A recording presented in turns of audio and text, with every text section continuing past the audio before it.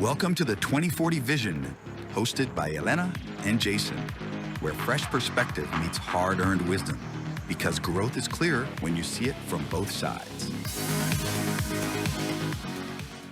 Welcome back to the 2040 Vision podcast, episode 6. Thank you all for actually coming this far and to listening to our little gig that we got going on. Isn't it cool that like people message? I'm sure people message you and stuff, family, friends, whatever. But it's cool that people like message us and be like, it's kind of a good thing that you're doing this. Like we all love listening to you and learning about this stuff. I agree. I actually got a few messages talking about people telling me like, oh, I watch your stuff, like you really inspire me and things like that. And then, you know, it kind of brings it all together and makes me realize like, yeah, this is why I'm doing it. Like I love to do that. I love to put things out, inspire, like help people out. Like this is my thing. It's your jam. Yeah, I'm really in my element. Feel good moment. It's definitely a feel good moment. It's been a few. So we'll get into career check-ins, building paths. So we're going to talk about like kind of career goals, things like imposter syndrome. How do you determine like which career you want to get into? We're going to talk a little bit about networking, pivoting careers, which maybe you have a little less experience than I do in that, but maybe it's something you'll want to consider in the future. So we can definitely talk about that. But it's been for the first time in a while, because the first 5 episodes we kind of like were like glued together for a long time, a few months. It's been a few weeks since we've recorded the last one. What's new? Anything fun and exciting in your life? I'm trying to think of it. There's nothing like significantly that's been happening more than the fact that I'm on vacation. Whoa. We're excited about it. Don't have to divulge where you're heading for safety purposes. Is it somewhere beachy, hot, or is it somewhere beachy? Touristy? Yeah, no, beachy. Don't do anything. Like chill. I haven't had a vacation like that in a really long time, so I'm excited. Yeah, you've been a bit of a world traveler. What did you do recently? You've done like the last one I went to, the last vacation I went on, it was Japan. We were there for 3 weeks actually. Nintendo World. Jealous. Oh my god, Jealous. It was so amazing, and that was by far I think my favorite. Even though we've done other places, we've done like really good places. We did Thailand, we've done Egypt. I've done Turks and Caicos. Like that was fun too. Turks is more beachy hot. Yeah, but I mean, it's still like an experience. Yeah, I feel like Egypt and Thailand and Japan, like you're way more sightseeing and you're way more trying to dive into a different culture than maybe Turks and Caicos. Definitely. That's really cool. Yeah, so that's coming up. Won't be long now. Good for you. It's always good to get a little R&R. My new life goal is to be able to take an entire family on vacation, because that costs a mint these days. So but we definitely want to do something like that with the kiddos, and obviously the staple potential Disney World one day. That'd be fun. You ever gone to Disney? You ever done Disney? I've never been to Disney. Maybe we should try and go like everybody. Bring the little kiddos to Disney. That'd be cool. Like the closest thing to Disney World was Nintendo Land. I mean, that's just about the same, right? Yeah. Without the characters of Disney, but man, I was so jealous with the warp tubes and the Super Marios everywhere. And for those who haven't, I'm pretty sure I mentioned it, but I'm like a big video game. I really nerd, felt like I was in a video game. It was insane. It was totally insane. Except the next time we go, because the time we went, I don't know, it was a little, we didn't really know how it worked. But the next time we go, we definitely want to get one of those like Super Nintendo like bracelets, because when you have the bracelets, when you're in the Nintendo world, when you're in Mario, when you, let's say, put the bracelet onto, let's say, I don't know, like a little block or whatever, like it'll tell you which blocks or like which doors. It kind of unlocks like a little mini game. It's very interactive. It's really cool.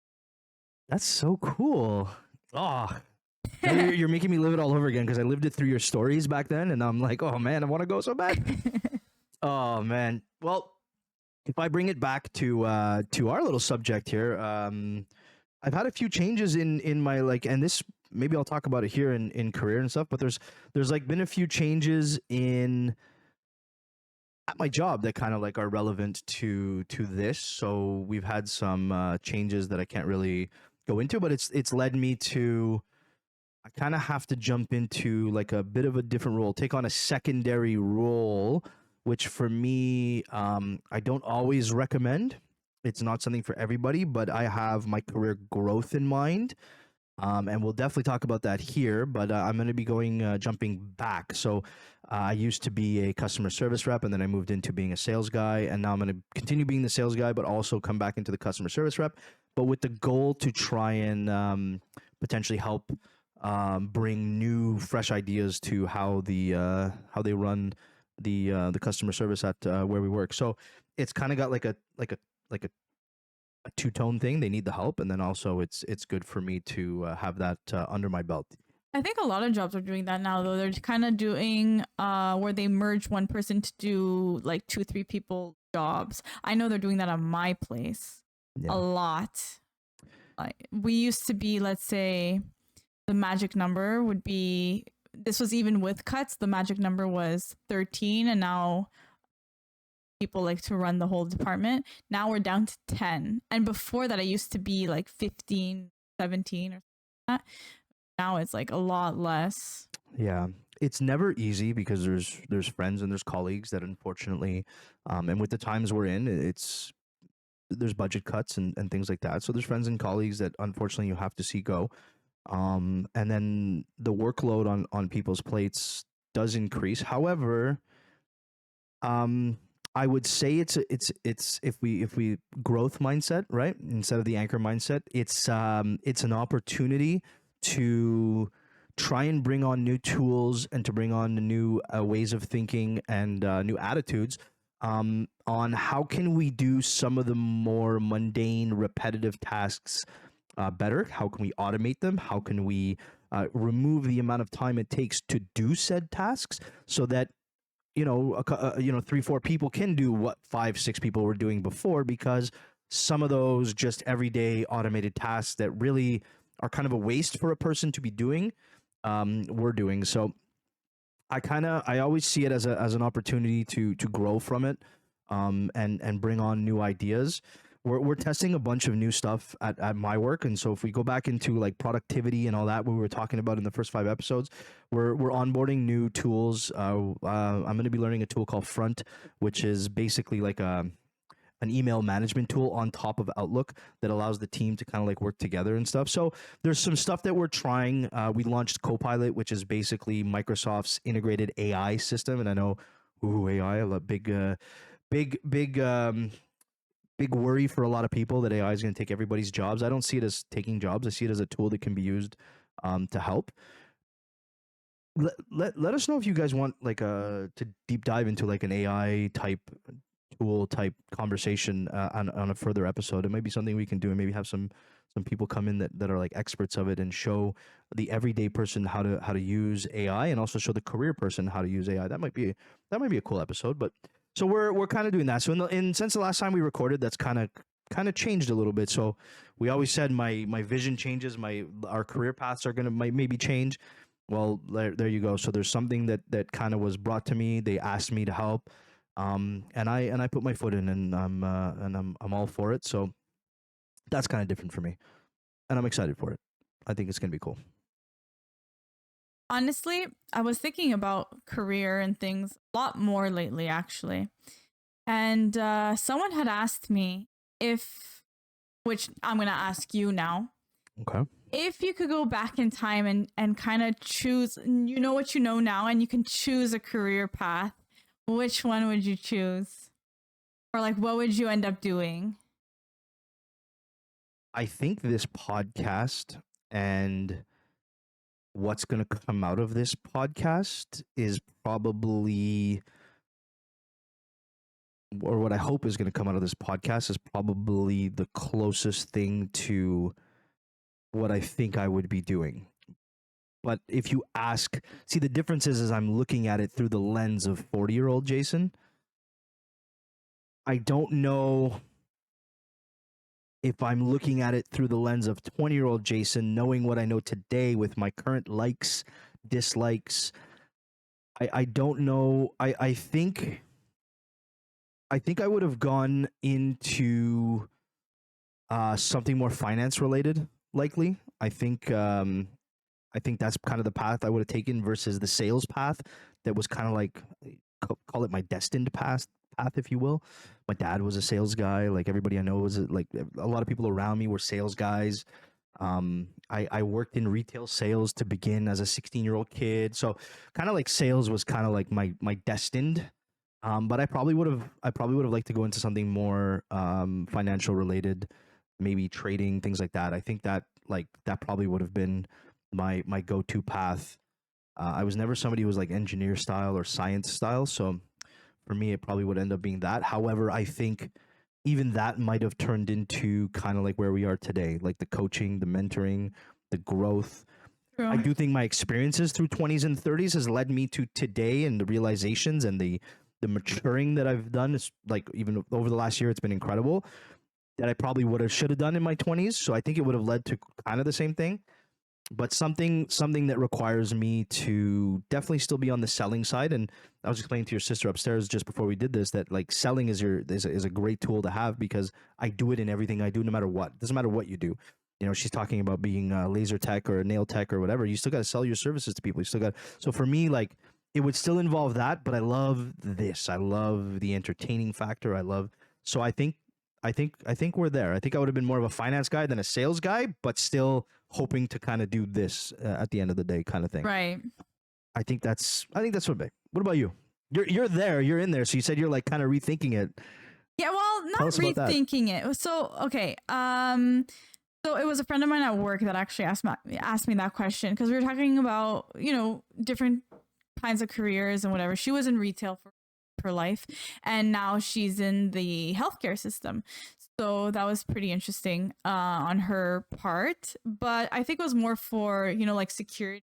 You get older, you want more security, you want more of like a job flow rather than like an ups and downs type. You know? So she had asked me, and she told me, oh, you know, I really see you. I feel like you would do really well in sales. And I'm like, oh, I don't agree. I don't think sales is for me, not for anything. It's just, if someone comes to me tomorrow and says like, oh, I don't want to buy this $200 shirt, I'm like, do you? That's your money. Get what you need to get. Like, if you want a $20 shirt, I'm not gonna sit here and tell you anything, you know. But sales, not for me. If I can do it all over again, weirdly enough, you can't. You're 20. You're 26. You can. I know. But what I'm saying is like right now, like I feel like I could do more with what I have rather than restart. I mean, it could come to that point, but I think where I'm at, what I'm trying to do is, this is what I got. What more can I get? You know, so this is where I'm at. I'm not gonna eliminate anything, but I am gonna be adding to it, you know? So if I can redo everything, I would definitely go into cooking, and I would really think, yeah, and I really think I really want to be a personal chef. That is wild. I know, because it's so different from what I'm doing. What sparked this? Cooking? So I don't think I've ever, in all the years I've known you, ever seen you express an interest in cooking or being a chef style person. I love cooking. I've been taking more on, like I've been taking on more cooking at home and like just trying different things, and I'm like, wow, I'm really good at this. Or like if I try something, if I like mess it up, I know how to fix it. Or like all of a sudden, if somebody's asking me like, oh, what should I make this with? I'm like, oh, I know that it goes well with that and this. And I'm like, oh, like I think I really like this. And then I saw videos of this one personal chef, and she made it look so cool, you know. I wouldn't want to be a chef in a restaurant. Someone told me like, oh, you could just like work at a restaurant. I said, no, I don't want to have so many different plates to do, but I do want to sit there and prep for a family for the week, and then like put it all in the fridge and like do, I don't know, it's just something that really interests me. Man, there's so much. So the excitement of a new project is like is always there for me. I have that entrepreneur side thing, but I see like that passion. Like you don't have to stop what you're currently doing, right, as a career, but you can kind of flip that little passion into like a podcast about it or a YouTube video about it. Learn how to cook for families, teach families that don't know how to like. I've had conversations over the last. It's so funny how life works. I've had conversations over the last 2 weeks with some of my coworkers that and they're gonna hate that I'm calling them out on this, and they're gonna be like, there goes Jason again calling us out for it. But like one of them was super excited that she found a new catering spot, and she's like, oh my god, I found catering for my family of 4, and it was only $40 for the meal, and like I almost fell on the floor because I don't know how people budget themselves out there, but like we make for a family of 4 is like $10 or under for a meal when we cook at home. Yeah. Right. And not have it prepared for us. And I know there's a cost involved in the service. I'm not saying $40 is an exorbitant amount and that service is not for everybody. But when we get into future talks on when we talk about budgeting and all that, $40 to feed a family of 4 7 days a week for one meal is a lot of money. I think I've said it before. Our thing is $1,000 for the month on food. That includes restaurants. That includes anything that we do regarding food to feed ourselves and friends that come over and all of that. So that kind of thing where you can like, for those families that aren't necessarily the best at discovering, at looking at what's in their fridge and their ingredients. And I know there's all kinds of things like that out there, but if that's a passion of yours, you can swing that real quick, and you can make YouTube videos about that kind of thing and like podcast about it and show people and teach people and kind of come off the growth and use the financial growth and then corner that little market too. So there's so much you could do with like that little passion of the cooking, because it's like there's a broader spectrum to it too. That's so fun. Yeah, because the thing is, I started trying cooking different things that I've never really or like don't really have at home, because you know my family's very more, they'd rather eat what they know, right? So traditional Greek foods and things like this, which is great. Yamista, moussaka. Look at the Xeno, he knows it all now. Which is great, but I also like to broaden my horizons and try new foods. Like that's my favorite thing to do. So I try different things, and every time I do and I cook it and like someone tries it, they're like, this is good. And it was actually yesterday I decided, I'm like, oh, because now I'm kind of looking more into my dieting and like more protein intake because of all the stuff. So I'm like, I'm gonna make protein pancakes this morning without protein powder, because I've made in the past protein pancakes with protein powder and it's disgusting. I couldn't finish it. But this time I was like, okay, I'm gonna use other ingredients that have high protein, put them in the pancakes, and it'll eventually, like, it'll get there, you know? And I did, and they were so delicious yesterday. And then that's when the banana ones you posted on Instagram? Yes. Oh, they're so good. So I even took the time and I caramelized bananas and put them on top of the pancakes. And that's when I was like, oh, I enjoy this, because I took the time to caramelize my banana. Martha Stewart. Okay. Caramelized bananas. And that's when it was actually George. He was like, why don't you start a catering company? I was like, I don't know about that. And he goes, no, really, like, you just, like, I don't know. There's a difference between taking a passion and a hobby and then starting a whole catering company. Exactly. I love George, and I'm all in on the entrepreneur George. I got like where our brains are connected. I think everything could become a business but there's that small. And for those listening out there, and we're talking like this, we're just getting into the whole career and looking at it and everything like that. There is a massive difference between enjoying something that is a passion, a hobby, and then turning that into an actual job and a career. They say careful about turning your hobbies into careers, because then you'll start hating your hobby. So make sure it always stays that hobby. You could turn it into a money making thing, but don't make it too much into a job unless you're willing to. I agree. To go that far. It's definitely, but there's ways of doing it. There's ways of doing it and keeping it fun. So definitely personal chef was never on my list of things I wanted to be, was never even a thought, but definitely lately, something to think about, something that I do really enjoy doing, and kind of one of those things where, oh, I could have been that would have been cool. But now, so this is where I was talking about how I don't want to like eliminate anything, go back and whatever. What I want to do now, and kind of also what I've always wanted to do, but now I feel like it's becoming more reality and something that I actually see myself doing more of, is I've always wanted to do media. So, you know, podcasts like this, which technically I didn't ever think that I would be starting a podcast. That's very new to me. Like, so new to me, but I'm glad that this is like the stepping stone, right, into like an introduction almost into more that I can do, right?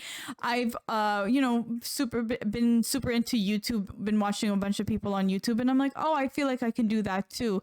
So that might be a thing that I am willing to start.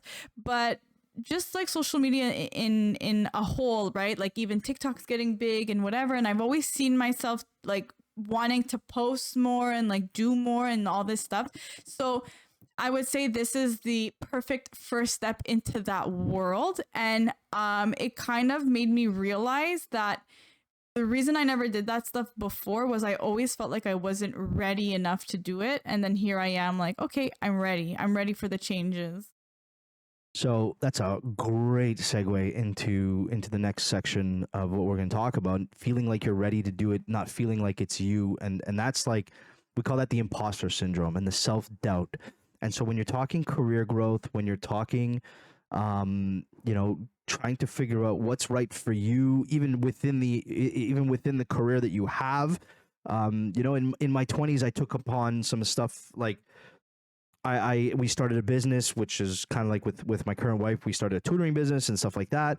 And there's always that moment of, and that's probably one of my biggest learning experiences of starting that business with 5 different partners that we had for that business. That was one of the biggest mistakes of our lives that we've ever done. It cost us a lot of money, but there's a massive learning that came out of that. As much as the wife will tell you, she learned nothing, and it's the worst experience of her life.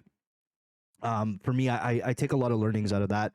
And that kind of move, that career move kind of like warned me and cautioned me throughout my 30s, where I don't just jump into things with just anybody. I ask questions, and I really dig, and I want to make sure that if I do get myself into something, it's going to be beneficial for all parties involved. Even when we started talking about this podcast, we sat down and we had a discussion before it even, we decided, okay, good, we're going to do it. We sat down at the kitchen table. We had a very frank conversation about our expectations, about how we want to go about it. We aligned ourselves, and then we moved forward, which is probably something we didn't do back then. So there's those learnings that come within that. But then when you're in it and you're doing it, and you're saying like now with the whole, we'll call it the influencer lifestyle. And I don't think this is the beginning. I think this is just the continuation. I think your beginning was when you started posting your gym stuff, which I remember you telling me something, and it revolves around this again, that self-doubt.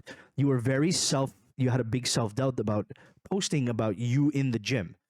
Be it if you thought like, I don't know what that self-doubt is, and maybe you can elaborate on that in a little bit, but you know, that self-doubt could be like things like, I'm not fit enough to do this kind of posting, because like you see all these people out there that are like ripped and muscular, and they're the ones being influenced posting. So maybe there's a self-doubt that comes from that. Am I good enough to even be that kind of influencer? Are we good enough to even be podcasters? There's always that imposter syndrome and that self-doubt that goes away. And obviously for you, you're only experiencing those things for the first time. So how do you how did you get through that? How do you feel like when you come into that self-doubt, how do you deal with that? How do you get yourself out of that imposter syndrome, or have you not? I don't know. Yeah, so it's weird. I'm still kind of dealing with it a little bit, but like on a smaller scale than what I used to. I don't know what it is. I think when I was younger, I wasn't as secure with myself as I am now. I feel like now I think I've proven to myself throughout all these years that whatever I say I'm going to do, I end up doing it. Like, I put out a goal, I work at it, I succeed. Okay, on to the next. For example, like I work in healthcare. I had that goal since high school. Was it the best decision? I don't know. But anyway, I got there. I'm here. So now I can move on to the next goal. Like media is something that really interests me. So here I am. Before it also it interested me a lot. It's just that I don't know. I just didn't feel like I was good enough to try it or like I don't even know how to explain it. Maybe it's because I didn't think my life was interesting enough to broadcast to everybody and to show like, oh, this is what I'm doing today and da da da da da. Not saying that my life is super interesting now, but I feel like it's become more interesting because now I've picked up more hobbies. I've met a bunch of new people. I'm myself, I feel like a whole new person. And so I feel like I have more to offer the public than I did before. So like, let's say my workout journey, I started actually a few years ago. It's just that I'm only seeing changes really now, like with everything.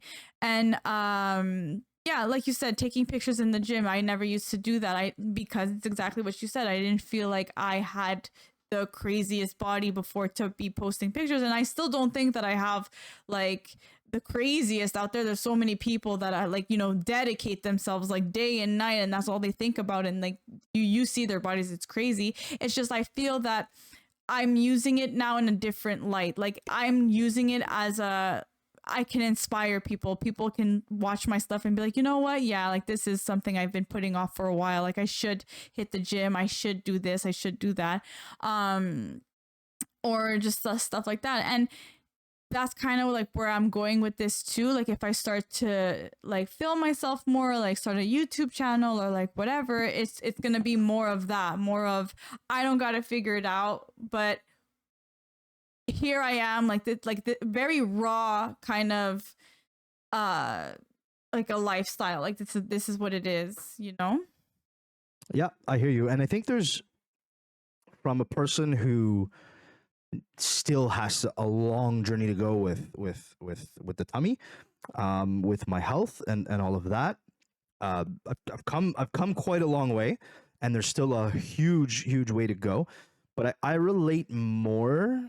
And I think this is the big one that a lot of people don't realize, is that I will never relate to the guy or the girl who is super ripped in the gym 7 days a week, CrossFit training, lifting massive weights, bulging muscles. I can never, I don't think I would ever relate to that as a content I want to see.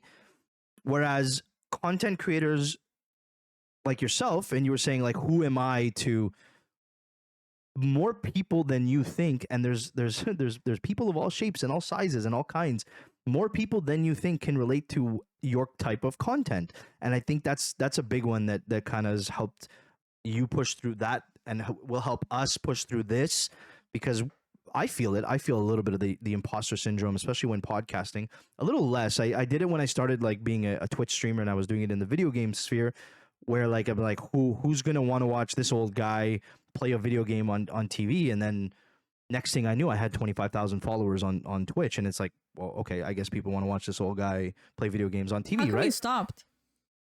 Family. So that it kind of, the lifestyle of a Twitch streamer gamer required many late nights.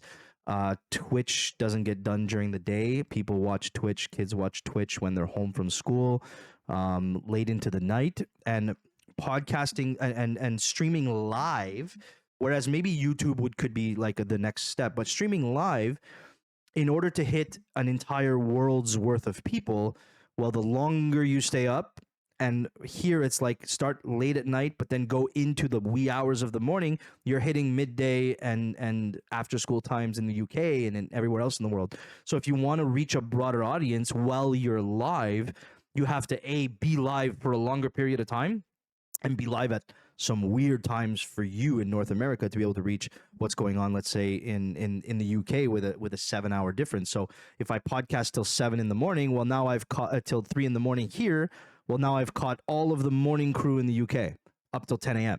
So kids getting up, kids that are on a day off or whatever. So I've caught UK morning crew, and then if I started at 7 p.m. here, I've caught my nighttime for North America East. I also caught the 4 to midnight crew for North America West.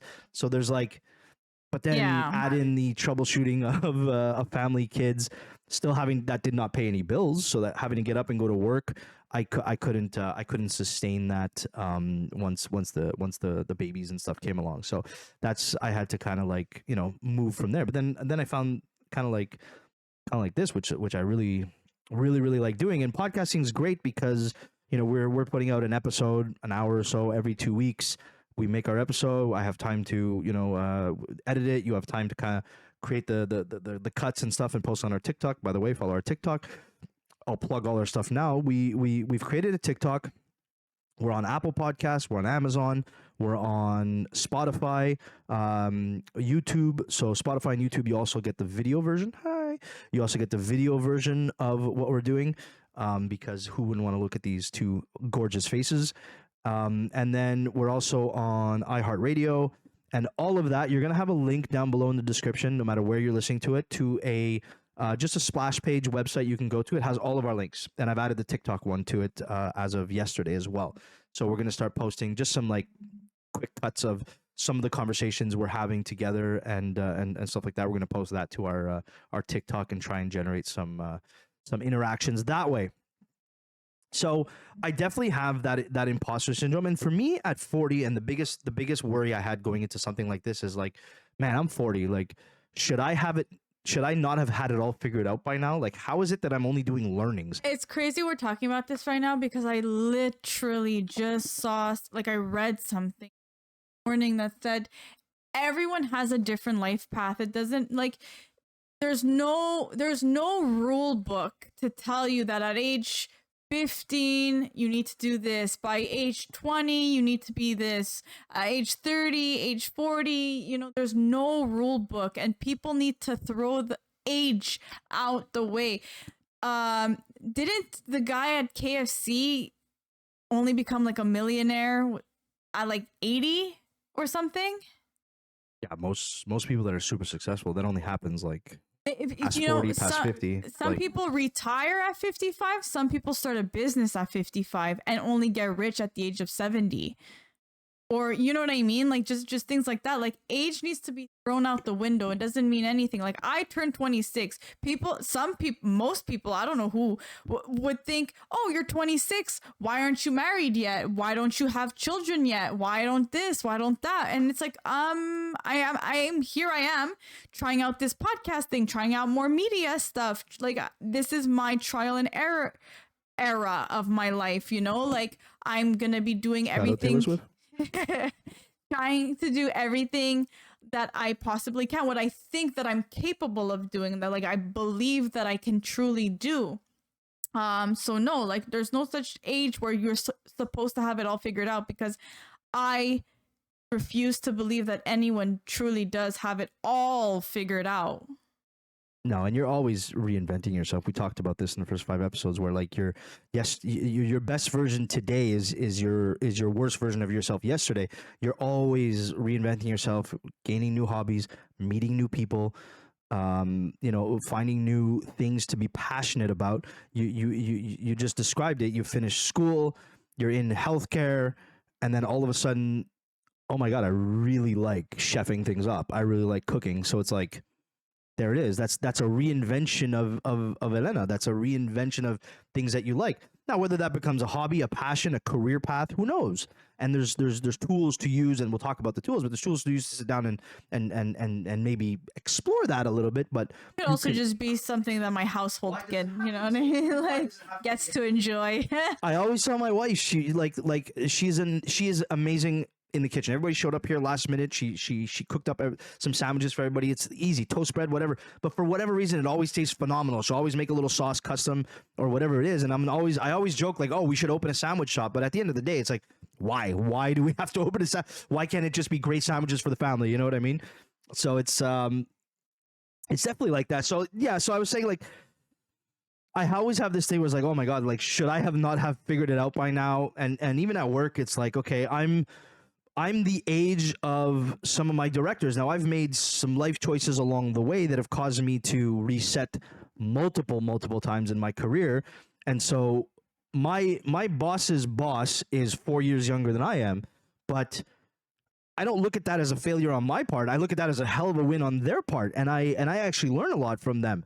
And in the next episode, we'll talk about mentoring and stuff. But I take on a lot of what they've done and how they've chosen to do their career path, and kind of like try and assimilate some of that. And even though I'm not at that position, we talk about the fake it till you make it.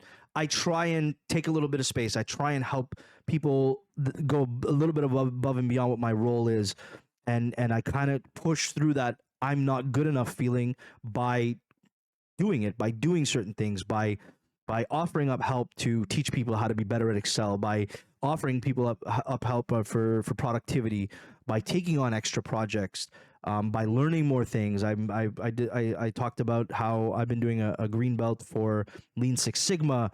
So it's like something like, who am I to learn that kind of a process management, and it's quite involved. But at the end of the day, I was like, no, I love this kind of thing, and I think I would be great at it. I jump in with 2 feet. Again, it has to align with my values and stuff like that, but I went for it. So, and you'll notice that imposter syndrome really does happen when you do jump into something new, especially at the beginning. So even with this podcast, right? Like there's been, even at the gym, there was moments where I'm just starting out and I'm like, am I even cut out to be doing this stuff? Like, what if people watch it and listen and they're like, what is she trying to do? Like, what is she saying? What is she? And I'm like, who cares? Right? There's moments where I'm like, okay, I need to get that voice out of my head. Like, it doesn't exist. That's just my fear speaking. So it really does, for me especially, happen a lot when I'm just starting something new, and it maybe won't have the outcome that I have envisioned in my head, but I'll never know if I just keep letting fear direct me into my whole evolution of things. Yep. And I'm going to kind of push you towards our next topic, but what did you do anything at the gym that helped you kind of make yourself realize that you were good enough? Did you perhaps connect with some people that were kind of doing the same thing as you? Maybe not at the gym, maybe in something else, but was there a way where you talked to some people that made you feel a little bit more comfortable about things? So definitely, yeah, like I've connected with people that are kind of, which is great. And I find what helps a lot is that when you start to acknowledge and outwardly appreciate, like you tell the person that you appreciate their content and whatever, when you reach out to people and you say, and you tell them like, hey, like I've been watching your stuff, you're really inspiring me, which is something I took on a little bit. I started like doing that more. It almost makes it more real. Like, okay, I'm letting them know I'm appreciating it, because I do appreciate it. Like, I love their content. I love what they're putting out. They're making me want to go to the gym at 4 a.m, you know? So when you do that, that's already a step forward into being like, okay, I could be like that. And also definitely, like little tools like 75 hard have helped me. Like I've said before in previous episodes, that whenever I did post that I was at the gym or my little videos or whatever in the gym, it was to keep myself accountable and to keep going, because it's kind of like an archive thing for myself. Those did help me, and now I can full on say that I've seen actual changes in myself that I never thought I could. I had a vision of my end body, like my, what do you call that? My final form, right? In my head for like the longest time. Are you a Pokemon? I didn't know. So like I always thought like, oh, my final form, it looks like this in my head, and here I am like pushing those limitations, and I'm like, oh no, that's not at all what I could even like achieve. And that kind of helped me even realize that it's not just for health and body changes, but I can even I could even integrate that into my career, into like more things that I want to try in life. Like maybe I have envisioned something for this podcast, but it doesn't mean that it's the truth. Maybe it will like end up like going further or branching out in a different direction. And I'm like, oh, I never even saw it that way. Like maybe, you know, that's true. Yep.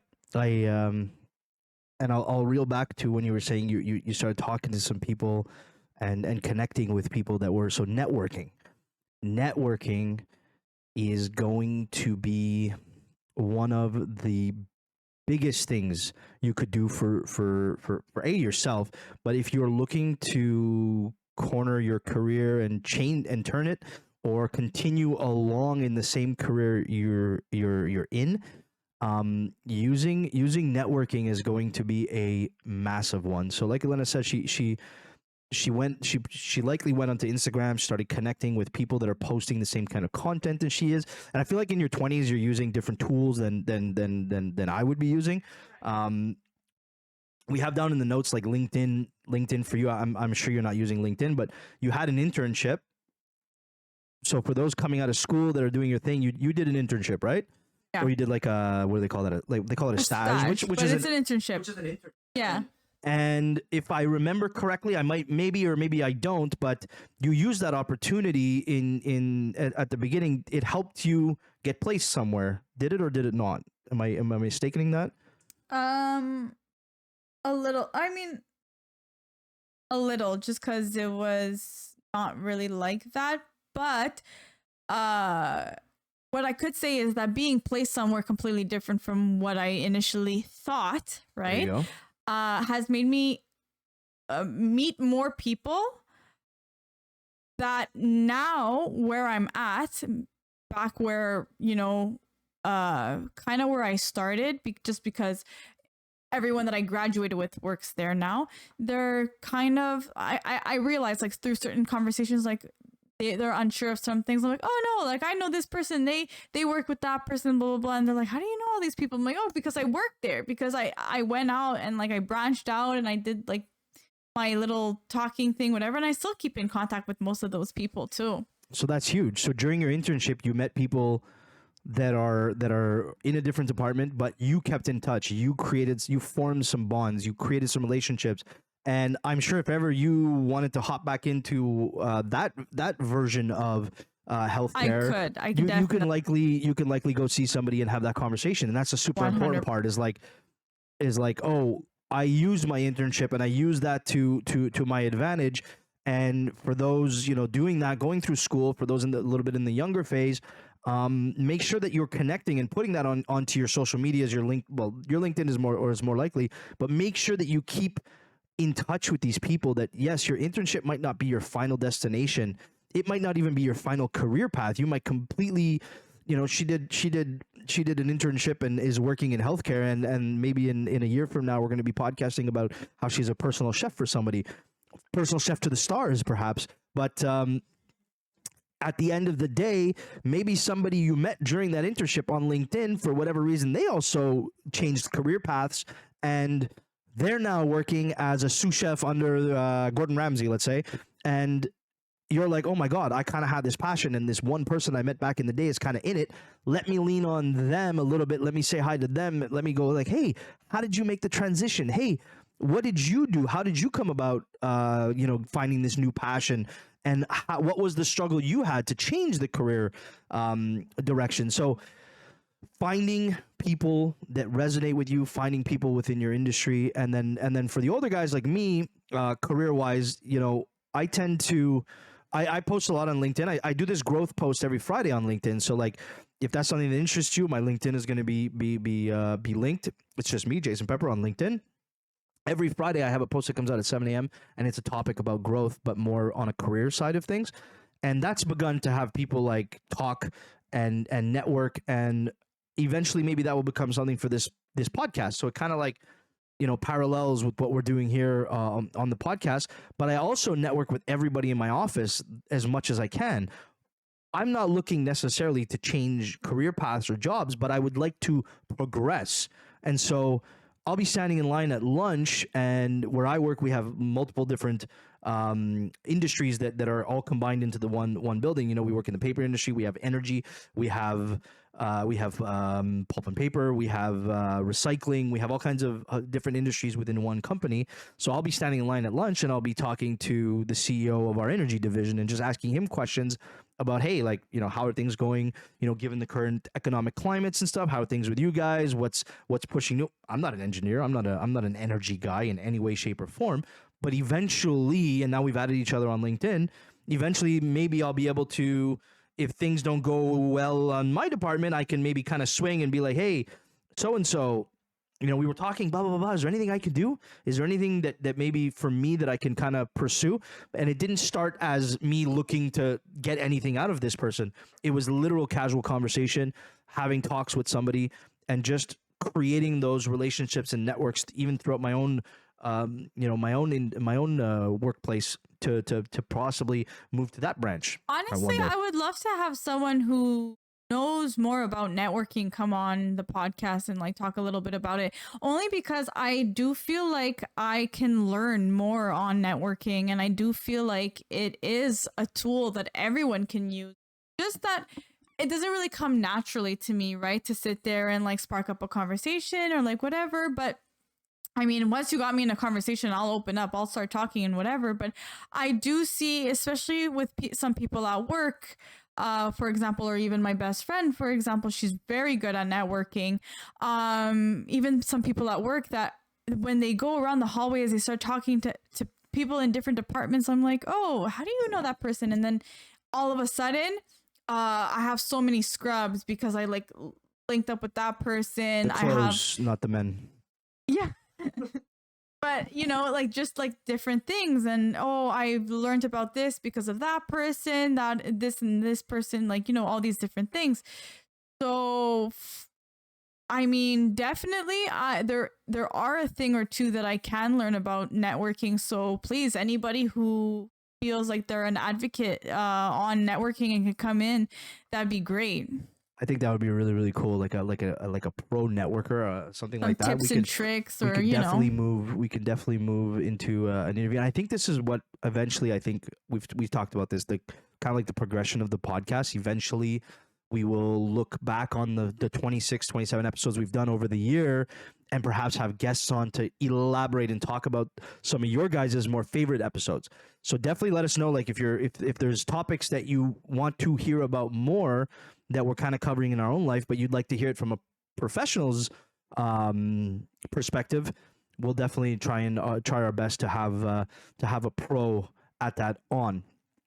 I definitely feel like networking is probably one of my, along with sales, networking is probably one of my stronger assets. I think my wife said today, Jason's got too many friends. I don't have a lot of friends. I do have a lot of people that I know. Friend, I kind of try and keep that differentiation of it. Like a friend is something huge, something important. But networking and acquaintances and all that is super important as well. They don't have to be your friends. You don't have to hang out with them on a daily basis, but having people that you can kind of circle back around to, a mentor. I've started becoming a mentor more. I had the privilege of at my last job. I did both. I had somebody mentor me officially, and I would meet with them. They were outside of my work network. And this was set up by my office, but they were somebody that worked at a completely different company, giving their time voluntarily to just kind of help us grow in what we were doing. And so I would sit with, somebody who was a VP of sales as an account manager. I was a senior account manager for that company, and I was sitting with a person in VP sales, and they were kind of giving me their day-to-days and how they would approach things back then, so that I could kind of learn and go to the next level. And then within that, we also had mentor buddies within our job. So I took a younger person under my wing, and we would kind of just meet on a weekly basis as well and talk about the kind of struggles that they were having, and maybe I gave some book examples and stuff like that. So mentoring is a nice one, and we're going to spend a whole episode on mentoring next episode, so I'm not going to elaborate too much more on that. But I still on LinkedIn connect with not only the mentor and the things she's doing now. She's changed jobs from them, but I still have her on my radar, as well as the young man who ended up moving on before I moved on from my last job. He moved on to something else. He still kind of interacts and likes the kind of things I'm talking about and stuff like that. So we've created those bonds, and if ever I wanted to 180 and change job paths, I could go to a lot of these people and just have a conversation and be like, hey, you know, how did this work out for you? And just make it a little bit more genuine. It's not, don't like, hey, I'm really good at sales and I really want to become the thing that you've become. Don't make it so robotic. Make it so that you're approaching people. You're having a conversation without a goal. You don't want to go into the conversation thinking you have a goal, and that you don't want them to make it feel like, oh, you have you're like using me for something. There's a string attached. Yeah, there's no string attached to this. Networking is all about having genuine conversations, and maybe you don't even know, maybe you're going to be the one helping them at the end of the day and not the other way around. But if you have the same interest in a shared path or a shared values, you'll be able to have some nice, genuine conversations with these people. And if they go somewhere, they go somewhere. If they don't, they don't. You've just had a great conversation, and you've learned something new for sure, or they've learned something new that you both take away from these conversations, and then you move on. Interact with their stuff on your social medias. Invite people out for a coffee. Join. There's groups that will go once a month and have coffees. There's these business groups, networking groups for people of the same industry that you're in, or maybe it's an industry you want to be in. I was thinking at one point, maybe I want to get into real estate. I reached out to a friend of mine from childhood who's now been in real estate for a long time, and I literally said, hey, I absolutely love your content. I've been interacting with it forever. I always like her stuff on Facebook, and I literally asked her, I said, listen, like, I'm thinking of doing this. Can I steal 30 minutes of your time, and we just sit down and we have a conversation about it? And we teamsed each other, and she sat down and she went through it A to Z, what it took, all her experiences and that stuff. And it actually made me realize, no, it's not for me right now. So there's people out there, interact with them, keep them in your circle, but they don't have to be your best friend. Just keep them in your circle, and make sure that you're not losing touch with these people, because these contacts you made are going to be way more important than you ever think, even if it's 20 years down the road. Some of these people I haven't necessarily had to sit down or talked about or talked to about anything in 20 years, but I've still interacted with their stuff, and they like my posts, and we follow each other's families and blah blah blah blah, and they've become like, good network acquaintances. And then, hey, we spin around and they kind of like, hey, I saw what you're doing with the podcast, blah blah blah blah blah, or hey, I saw what you're doing with that. I was really interested at one point. How hard is it to become this? And you kind of use that to your advantage to progress your career or help somebody else progress in theirs. Honestly, definitely, I've been realizing the importance of interaction. You don't have to spark up a conversation right away, but to interact with somebody's content because you like it is very important, especially for even like just an upcoming, like a person just starting out their, let's say, I don't know, their career, or like their growth path or whatever. Just show appreciation. If you truly do like their content, why not just interact with it? Like, I feel it would be only to everybody's advantage, really. Exactly. And to that, we can kind of go into our last topic, which I think is an important one for people to hear, and we've kind of been alluding to it this entire time. But like pivoting careers or upskilling yourself to stay relevant and all that, like the myth of the path you chose is your forever path. No, definitely not true. Like, I don't know. Do I like my job? I love my job. I love the people I work with. I've even said it in previous, episodes and things. But if I can definitely grow into something else that I'm more interested in, 100%, I will. I feel like now, more than ever in my life, I feel that I am finally ready to launch myself forward and stop staying stagnant and just like keep it rolling, keep it moving, keep it growing, keep it elevating, everything. It's kind of like an expectation of somebody in their 20s, right? Like that Right. You're supposed to be a little bit more loose with it and kind of pivot constantly and It's more expected. I mean, sure. I mean, not like I don't expect it of you, but I think Of yourself. when people describe a person in their 20s' career path, it's like, oh yeah, that person changes jobs every year for whatever reason. I mean, yeah, but no, I think for myself, really, it's something that I've always thought I can strive for more. Not that I'm saying I'm taking things for granted, or that I'm not very appreciative, or I'm like too greedy or anything, but I do believe that I can always strive for more. I've always had that mindset, and I'm just saying only now I feel like I'm ready to finally take that into effect, like to finally put actions to the actual goals and the dreams and the things, right? But I don't know. Maybe it could change when I'm, I don't know, like 35, or when I have children, or like different things in life can happen and that can change. But for right now, I don't see that changing. I really feel like that's instilled in me. I know a lot of people at my age that are okay with where they are, and that's completely fine too. You know, like I know some people that are even older than me, and they go to work, they come home, they game, they chill, they do their thing, and they're okay with that. They don't feel like they need to strive for more, change their life. They feel like that's okay too. And the reality of the situation is the job market and things are forever changing around you. So even though you might not expect to change, I mean, obviously the big one we can, the big we said it before, the big hashtag here is like AI, remote work, industries that are being developed because of these.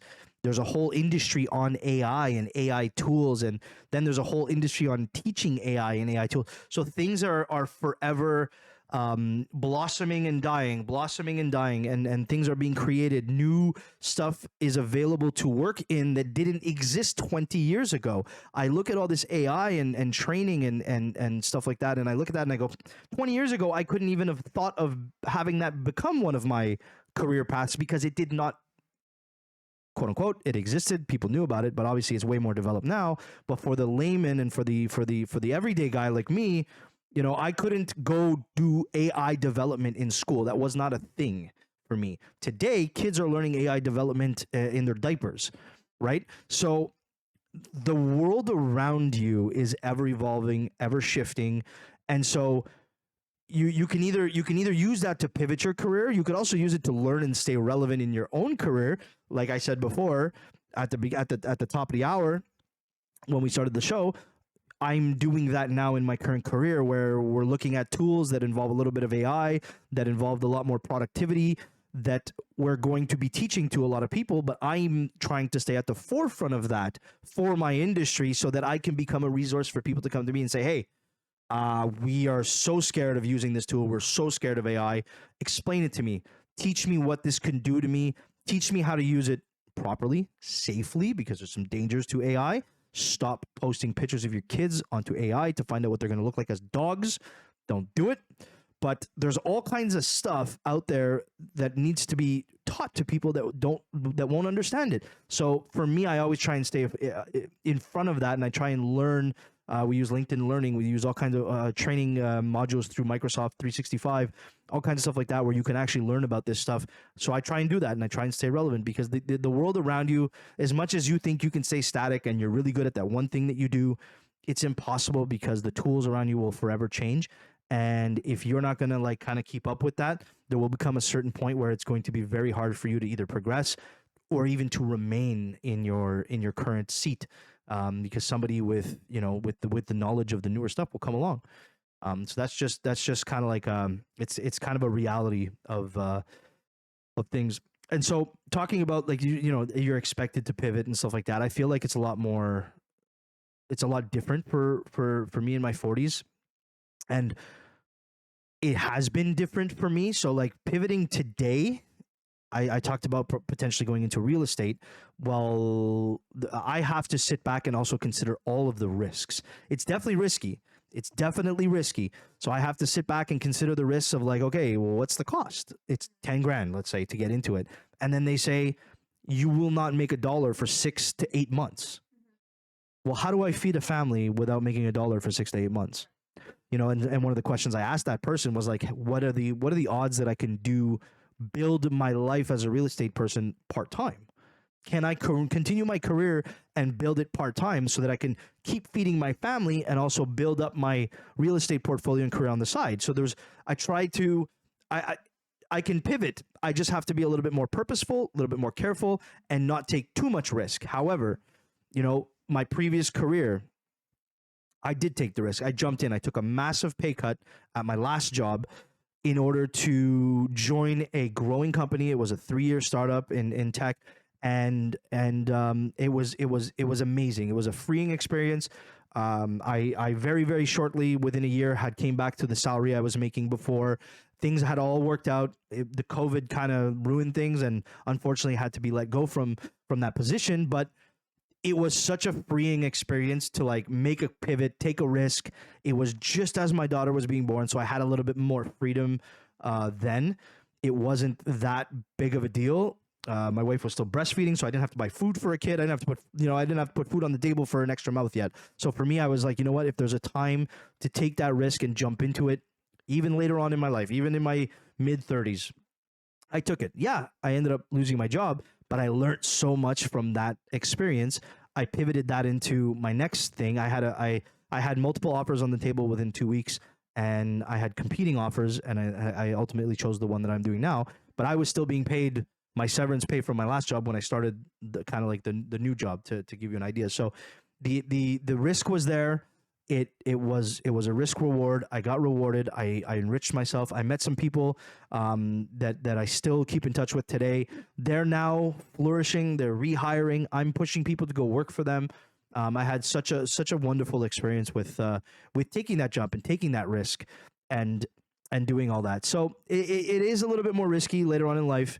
It is scarier, but I kind of did it throughout my days. I mean, I've tried so much.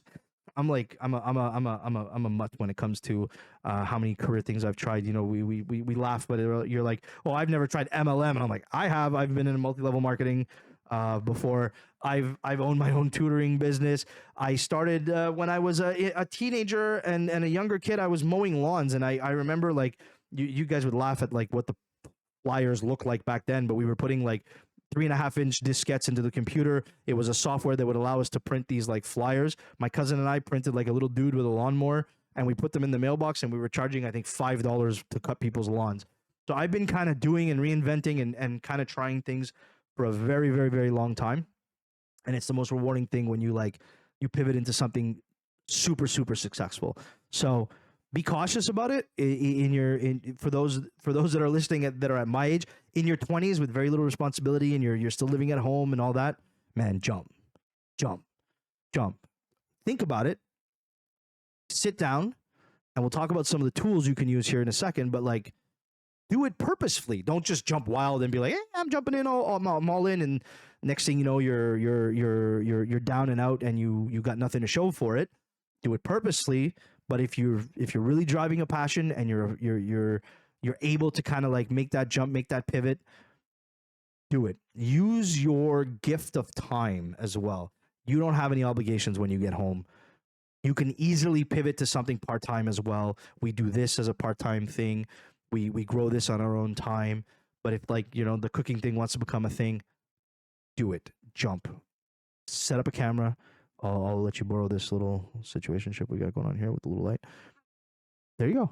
So set that one up. We'll set this one up. We'll multi-angle it and record yourself cooking and see what happens. Just kind of thing. It's just like, don't be afraid of doing it in your 20s. For those of you closer to my age with families and stuff, really ask questions. Really think about what you're doing. Sit down with your partner.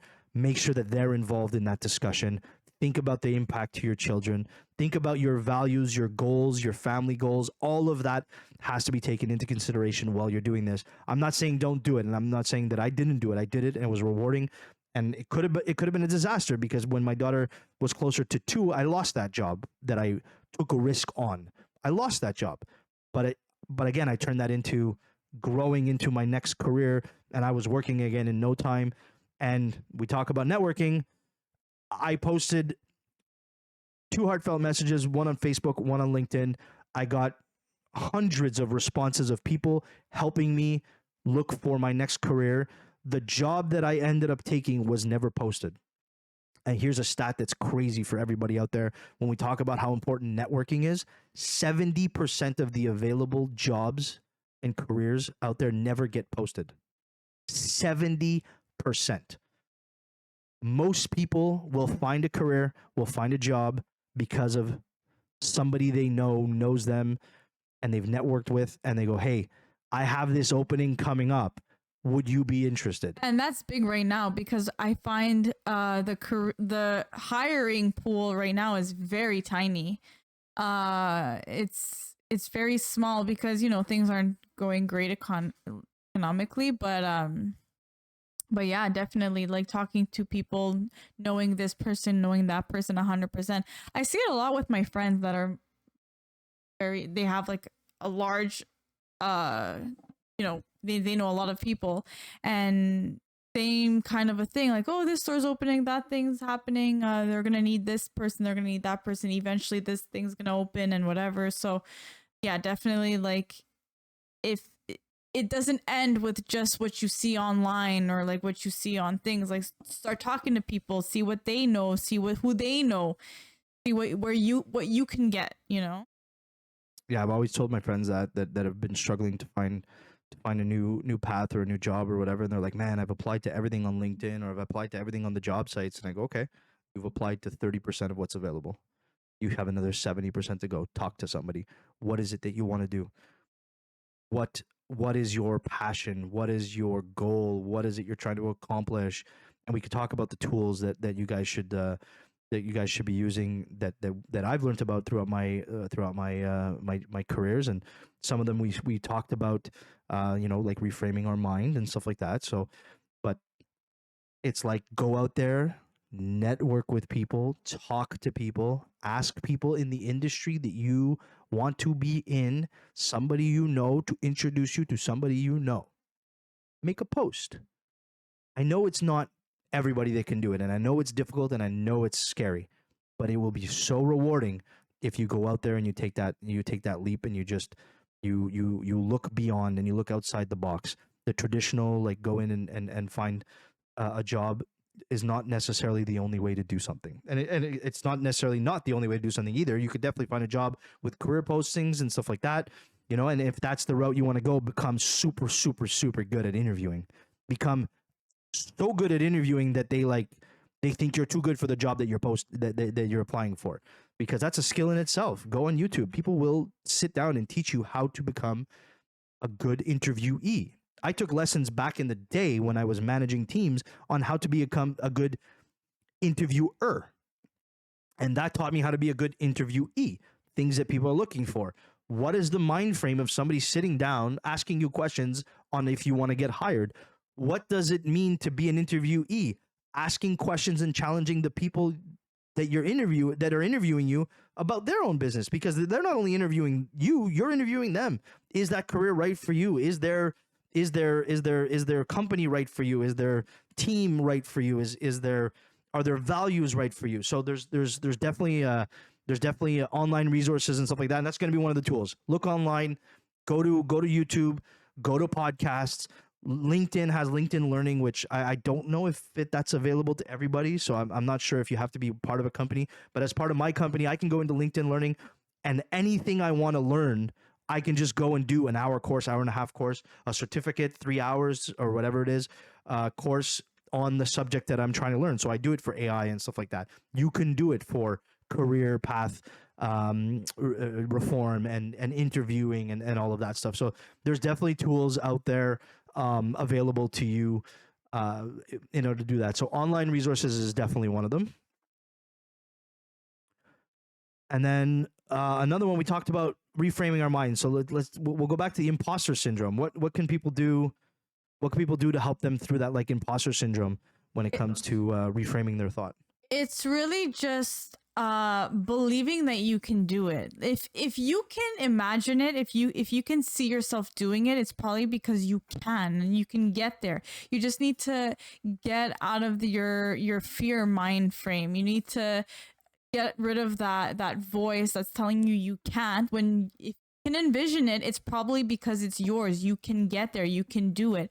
And another thing too I've realized to stop doing is kind of listen to the people around you, especially like family. Let's say advice will be a little bit different, like, oh, what do you mean like the internet's gonna help you? Like, no, it's not. Like, you need to go to school and like get an education and then go into work, which yes, for the most part, but you know, it doesn't mean you can't make it or you can't do something like outside of the box and like try different things. So 100% do that. So throw that out, throw out, am I good enough, and just start working towards it. If you have the will to go forward, definitely do it, and you'll see it will end up paying off. That growth mindset versus the anchor mindset. Because let's say if it doesn't like end up working out, at least you've learned something from it and you keep it rolling, you keep it moving. Using every failure as a learning tool rather than a failure in itself. Exactly. A failure is only a failure if you do nothing with it. Yes. Again, all things that we talked about in the first 5 episodes. So if you haven't checked out our first 5 episodes, you definitely want to be checking that out.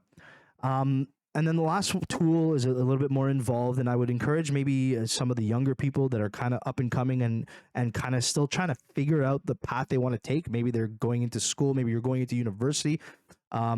It works for the older dogs too, and the older workers and stuff like that. If you're really trying to redo your career, but it's something I wish I would have done when I was younger, and that's creating a career tree. So it's kind of like a mind map, if you will, of all the things. So it's very involved. I'm not going to go through the whole process here. Go onto YouTube and watch a couple of videos on how to create your career tree. But it involves, really a lot of introspect, looking at your values, looking at some of the things you love, looking at what could potentially be your future, and then you kind of build that up into like a mind map where you kind of branch off into different things, and at the end you'll end up with like 6, 7, 8, 9, 10 different possible career paths, and you kind of look at that and you go, okay, so if money wasn't an object, if me being afraid to do something wasn't an issue, wasn't a barrier, what would I pick on this tree? What would I do out of all of this I've just come up with? And it kind of really helps you like re-explore, like, oh my God, there's so much available to me, and how would I accomplish and get to that particular set of things? That might be very good for somebody going into university, not knowing what it is they want to do at the end, and now going into a subject where they're going to learn, and it's never going to be a waste to do 3 years of an undergraduate, but maybe you could have done a different undergraduate to lead to the path that you actually wanted to lead to. So that's one of the big ones, is try and sit down, do a career tree, kind of like a mind map, and go from there. And that'll take us to this week's challenge. We always challenge you guys to do something. So what are we challenging the people to do today? So this week, if you can, kind of just step outside of the box and maybe message 3 people that do inspire you, or like do make you realize like, oh, maybe I should make a change in a little sort of something. If you message them, it doesn't have to be necessarily a question. It could definitely be a question, but more of like an appreciation, like, hey, I've been watching your stuff. I've been really appreciating it. I think what you're doing is great, that sort of thing. Like, kind of just reach out and like give them a pat on the back, because like that helps not only you also wanting to start something and also realizing that people will end up appreciating it, but it would definitely push them as well, like to keep going. So maybe this week, if you can, and if you're willing, to message 3 people that do inspire you and that do maybe like spark an interest in you, to kind of just let them know that, hey, your stuff kind of inspires me, even though it's nothing like, it doesn't have to be someone that's hitting the gym or whatever. I have some people on my social media that just post like them and their friends, but I think it's so like refreshing and so nice to see them being together, and so funny even, that I could just message and be like, hey, like I really like your content. Hey, I really like when you talk about this. Hey, what, just little things like that. I love that. And let us know. Let us know in the comments who you who you reached out to. Maybe tag them if you want. Maybe we can reach out to them too and be like, hey, we heard about you through our comments and and then we can network with them as fellow creators and content people, and maybe they'll end up on a channel one day talking about how their path and journey through their growth and what they're working on. So that could be a kind of a cool little exercise as well when we talk about networking.